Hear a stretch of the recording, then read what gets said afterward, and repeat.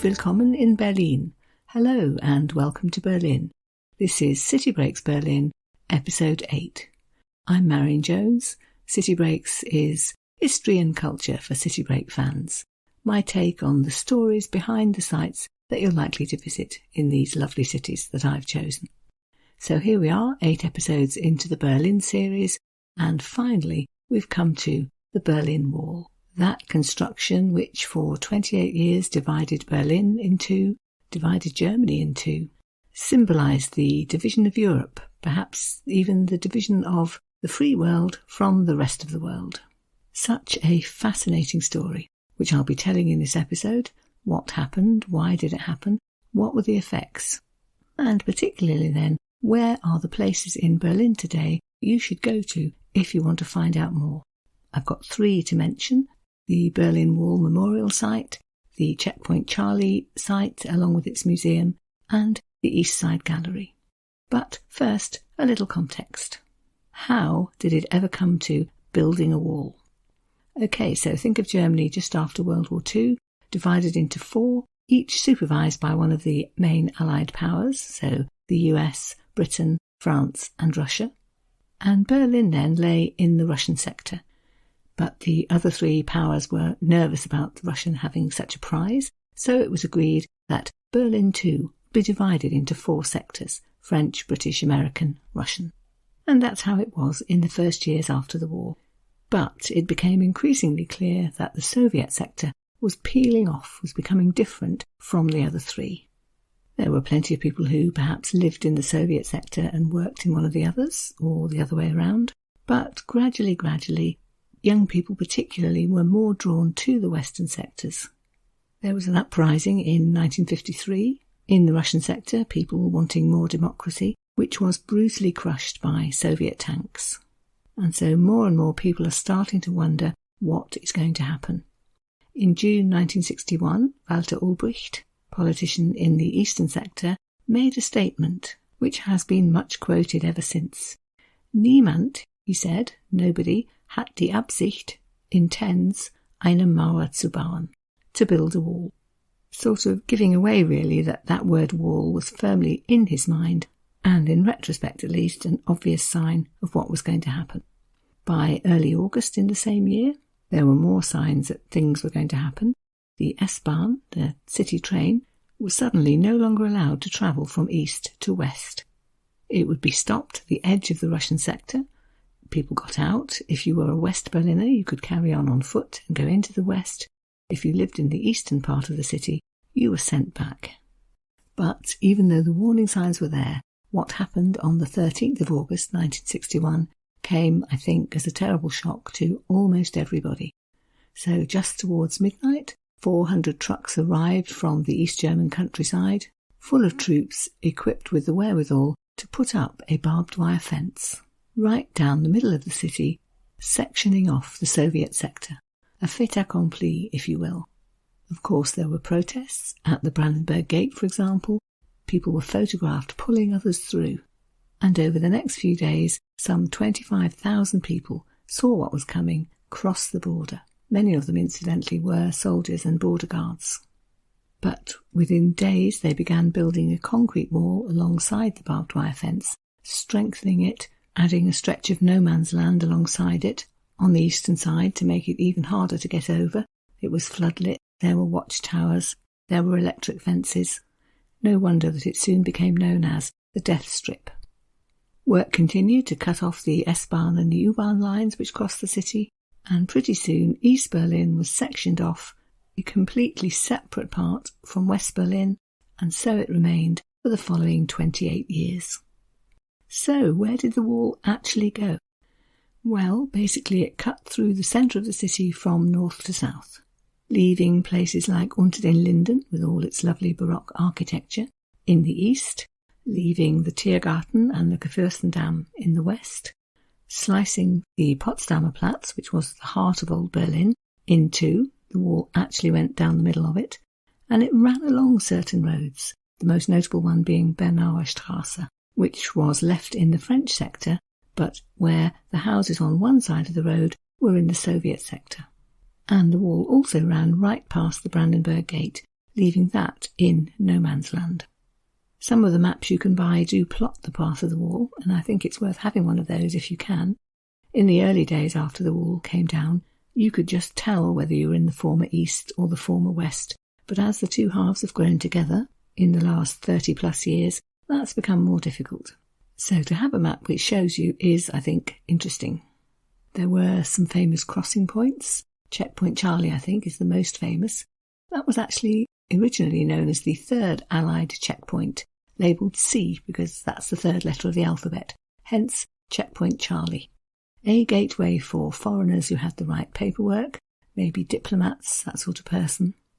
Perhaps most famous for the terrifying standoff which took place there in autumn 61, so just a couple of months after the wall went up, when American and Soviet tanks lined up facing each other with live ammunition on board and orders to fire if you're fired at. I'll come back to that story when I'm talking in a minute about the Checkpoint Charlie Museum. Another border crossing point was at a station just up the road from Checkpoint Charlie, the Friedrichstrasse station, because there too West Germans who had the right paperwork were allowed to enter East Berlin. So perhaps they would get permission to go in and visit relatives, and then of course when they came out again, the relatives would come with them just this far, because they weren't allowed any further, to say their farewells. And for that reason the station became known as the Palace of Tears, Tränenpalast in German, because of all the partings that took place there. I think that even when the wall was in existence it was hard to grasp it unless you saw it, that there could be such a thing in Europe. And I found a good description of this by the writer Rory MacLean in his introduction to a book called Berlin, Imagine a City, where he's writing about, as a teenager, as he puts it, a lifetime ago, I think he probably means in the 1970s, he went on a trip to Europe, up the Eiffel Tower, along the Spanish Steps in Rome, etc., and then got to Berlin, and this is what he wrote. On the last week of the holiday, I saw the wall.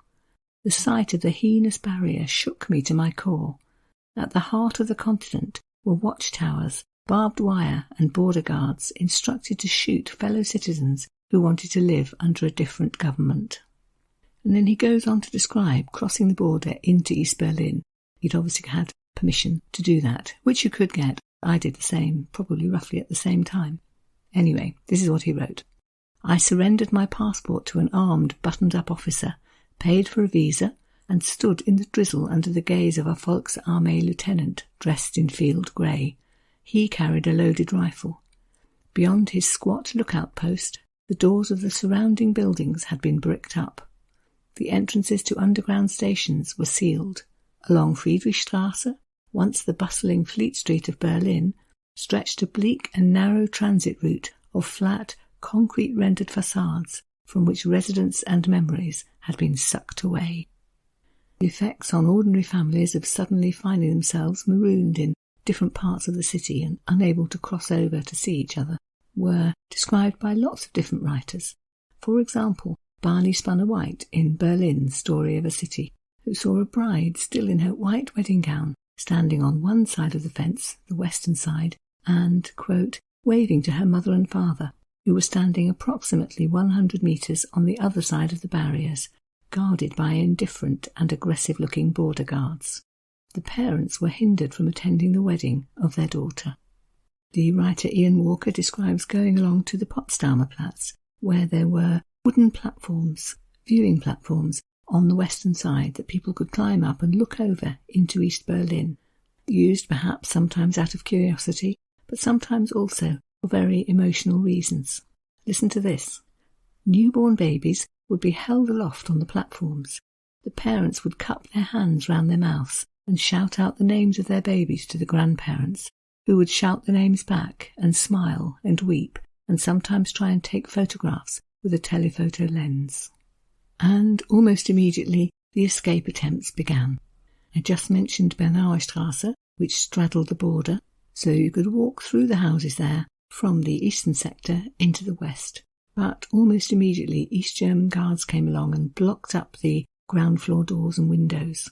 So what happened next was that people would still go into the houses, go up to the first floor, and lower themselves down from the windows into the west. And, of course, people died in the attempt. There are plaques in the pavement all along Bernauer Straße remembering those people. One from the 19th of August, so just 6 days after the wall went up, Rudolf Urban, and a couple of days later, the 22nd of August, Ida Zickermann, who was 59. Both of them fell to their deaths trying to escape.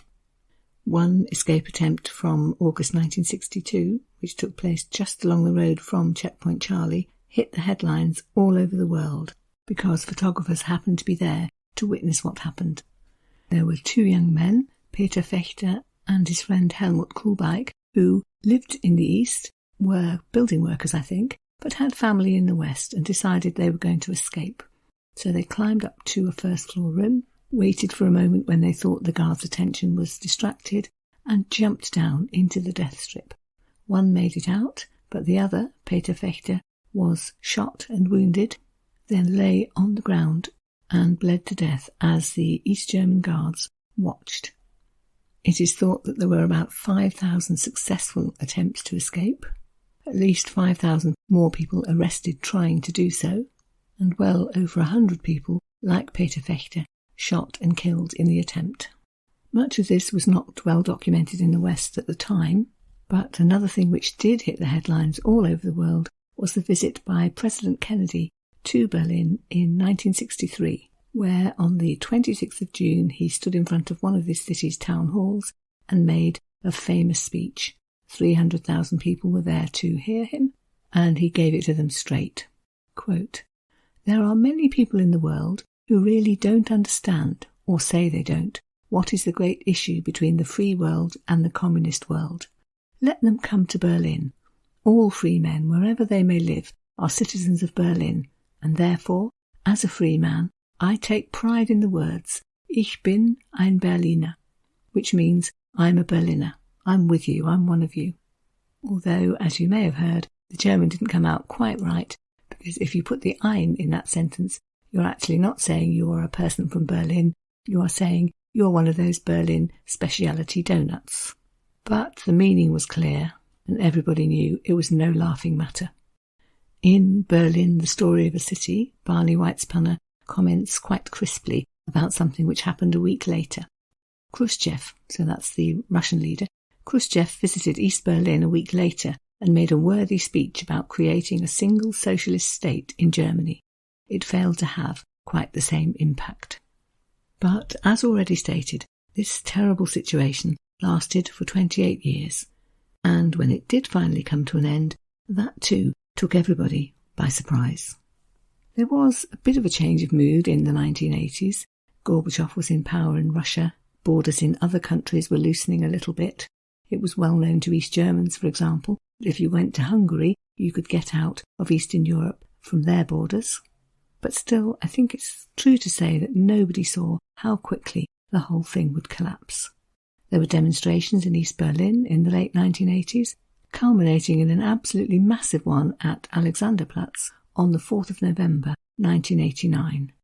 Thousands and thousands of people congregating, demanding more democracy, lots of speeches from well-known East German writers, scenes which would have been unthinkable a few years earlier, but even then I don't think anyone saw it coming.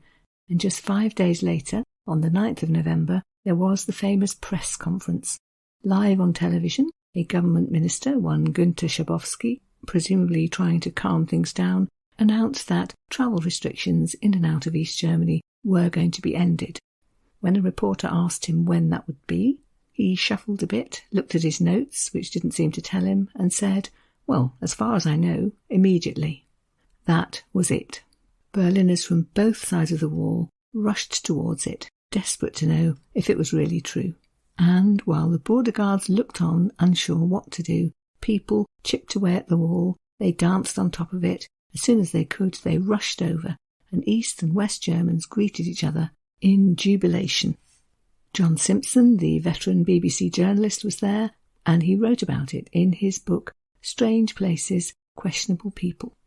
Quote, "There was a sudden upsurge of shouting and cheering as we realised that someone was trying to break through from the other side.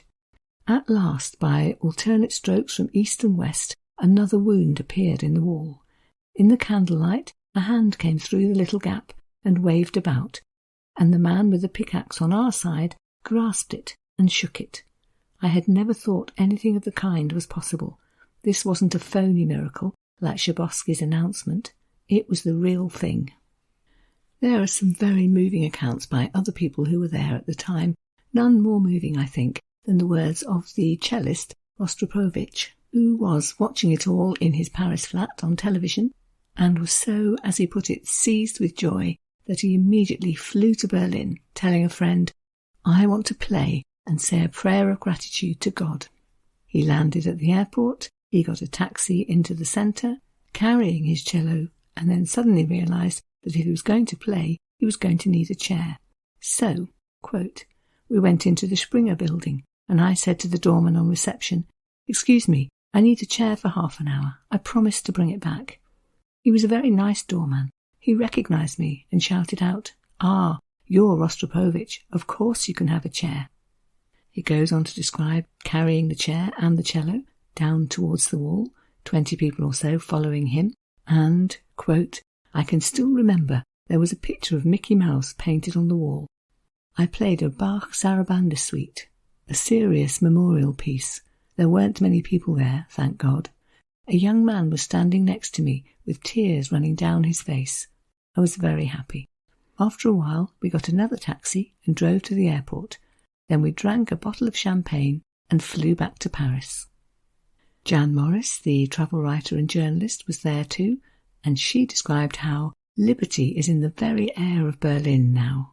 Quote, "It is good to be alive here, and to be young must be heaven. Everything is in flux. Everything is changing. New horizons open, and nothing demands unqualified respect or allegiance. Although half of Berlin is the theoretical headquarters of the about-to-be disbanded and thoroughly discredited People's Republic of East Germany, the city is not really the headquarters of anything much, and this gives it a stimulating sense of irresponsibility." She goes on to describe that there was partying, there was laughing, people strutting about, kissing each other, kissing strangers, just delirious with joy. Just a few weeks later, at Christmas, Leonard Bernstein conducted 2 concerts, one in West Berlin, which ended at midnight on December the 23rd, the very moment that the Berlin Wall became permanently open, and a second one 2 days later on Christmas morning in East Berlin. The orchestra was international, musicians from the 4 countries which had occupied Berlin, France, the UK, the US, the Soviet Union, and centre of the programme, Beethoven's Ninth Symphony, with one small but highly significant change. So instead of the Ode to Joy sung in the final movement normally, Bernstein changed the wording very slightly. Instead of An die Freude, Ode to Joy, it became An die Freiheit, Ode to Freedom. And it was sung by a group of singers from 2 leading choirs, one East German and one West. Thousands gathered at the Brandenburg Gate to watch a broadcast version of the concert. It was relayed too all over East and West Berlin, the first television event to be transmitted to both halves for more than 30 years. So momentous from start to finish. And now to the 3 places in Berlin which I've picked out that you can visit to learn much, much more about this story. The first one is the Gedenkstätte Bernauer Straße, so the memorial site on Bernauer Straße, the street that was half east and half west when the wall went up. And then I'd like to come to Checkpoint Charlie and the museum nearby, which I think might be the most enjoyable museum in the whole of Berlin. And thirdly then, the East Side Gallery, which is another place in Berlin where bits of the wall remain and where they've done something rather unusual with it. So then, the Gedenkstätte, the memorial site. Want to go there, the easiest thing is probably to take the S-Bahn to Nordbahnhof, because if you get out there, you'll be right by the documentation centre, which is the sort of museum section, and then poised to walk along the path of the wall, some of which is still there to be seen, where there are lots of information panels explaining everything you want to know. If you go right along to the other end of the site, you'll arrive at the U-Bahn station, Bernauer Straße. I think in total it's a walk of about 1.4 kilometres. But if you're going to stop and look at the information panels and everything there is to see, then you need to allow a bit longer than you normally would for a walk of that length. The panels tell in detail how the border strip was constructed, all about no man's land and the blocking up of the houses, the alarms that were set in, the anti-vehicle devices, the dogs, the surveillance devices, etc. And they tell too in some detail about many of the escape attempts made here. For example, in February 1962, how the border patrolman Egon Z knocked out his boss and then ran with his sister and a friend to the wall, tore down the barbed wire, used a chair to climb over. Then there were the Knittel family who decided on August the 19th, so just 6 days after the wall went up, that they were going to jump from their second-floor window into the west. They had alerted the West Berlin Fire Brigade, who were waiting for them with a net to catch them, the 2 parents and their 3-year-old daughter. Mum was heavily pregnant, and their second daughter was born just 3 days later in the west. There are stories too of the various tunnels which were dug here, one of which allowed about 90 people to escape. But they're very careful too to record how many people died in the attempt. It says on a panel here that between 1961 and 1989, at least 136 people died trying to cross the wall because they were shot or they were fatally injured in the attempt, and 42 of them were children. A second unmissable site to visit is Checkpoint Charlie itself, both because you can see the fascinating area and also because there's a really good museum there called the Haus am Checkpoint Charlie. So in the road around the checkpoint there are lots of information panels, again telling the history, yes, of the division of Berlin, but widening it out too to the division of Germany. Quotes from politicians. There's Churchill, for example, from Stettin in the Baltic to Trieste in the Adriatic. An iron curtain has descended across the continent. Yes, it was indeed Churchill, amongst many other talents, an incredible wordsmith, who first coined the phrase the Iron Curtain. On these panels too you can learn about how the wall went up, what it meant for the people living in Berlin. There are quotes from Kennedy's speech, an explanation of the Checkpoint Charlie standoff I referred to a few minutes ago. East German border guards apparently tried to carry out checks on US troops coming across, which was not what had been agreed, so the Americans sent tanks. The Soviets responded, they sent tanks too. There was a 16-hour face-off, watched it seemed by the entire world, who knew that both sides had been ordered to fire if they were fired at, and that they were in possession of live ammunition. And then it explains too that there was eventually, thankfully, a diplomatic solution. Kennedy's quoted here too, of course, and then there are other panels widening out the information and explaining about the rest of the Cold War in Vietnam, in Czechoslovakia, in Poland, the invasion of Afghanistan. So putting the whole thing into context before explaining finally how the fall of the wall came about and Berlin, after its 28-year hiatus, became capital of Germany once again. So you can read as much or as little of that as you like. You can also look at the more striking things, the famous signs that you've probably seen, which read Checkpoint Charlie and say in 3 languages, you are leaving the American sector. And just metres away also is the Peter Fechte Memorial, so the memorial to the young man shot trying to escape. It's a plain metal column giving his name, Peter Fechte, his dates, 1944 to 1962, and a single sentence reading, wollte nur die Freiheit. He simply wanted freedom. And right there on the crossroads where the checkpoint is, the museum, the Haus am Checkpoint Charlie, possibly my favourite museum in the whole of Berlin. The building itself is significant because it was just across the border in the western half. It was a house used by people known as Fluchthelfer, so those who helped others to escape, and who kept a watch on the border crossing. Inside, the story is told very well, right from the destruction of Berlin after the war to its rebuilding, the blockade which proved that the Soviets were trying to seal off East Berlin, and the Luftbrücke, the rescue operation run by the American and British pilots who delivered all the supplies West Berlin needed for months. And the story of the wall, it's going up, its effects, it's coming down. And most graphically, I think for me, some of these standout stories about the people who tried to escape. Because this building was so close to the border, they were given lots of things that people had used in their attempts, and you can see just amazing things like a suitcase and a loudspeaker box, in both of which somebody hid themselves, actually curled up inside, so they could be loaded onto a vehicle and hopefully carried across without being noticed. There are cars which were adapted so a body could be draped underneath, or, can you believe, inside where the engine goes. There are hot air balloons and hang gliders, mini submarines, information about the tunnels people dug. Just a really detailed picture of how people tried to escape as they put it in the museum, underground, overland, and by air. Loads of documents and photos too, but it's the realia, the actual things you can look at, that stick in the mind. It's one of those museums you can actually take teenagers to and not have them say, "How long are we staying?" There's also, incidentally, a whole other section of the museum on non-violent struggles for human rights across the world, cases like Gandhi in India or Lech Walesa in Poland. So it's a museum you can take at your own level. You can either just do the graphic highlights of escapes and the general drama of the wall, or you can take a bit longer and consider the wider issues and the whole thing in its global context.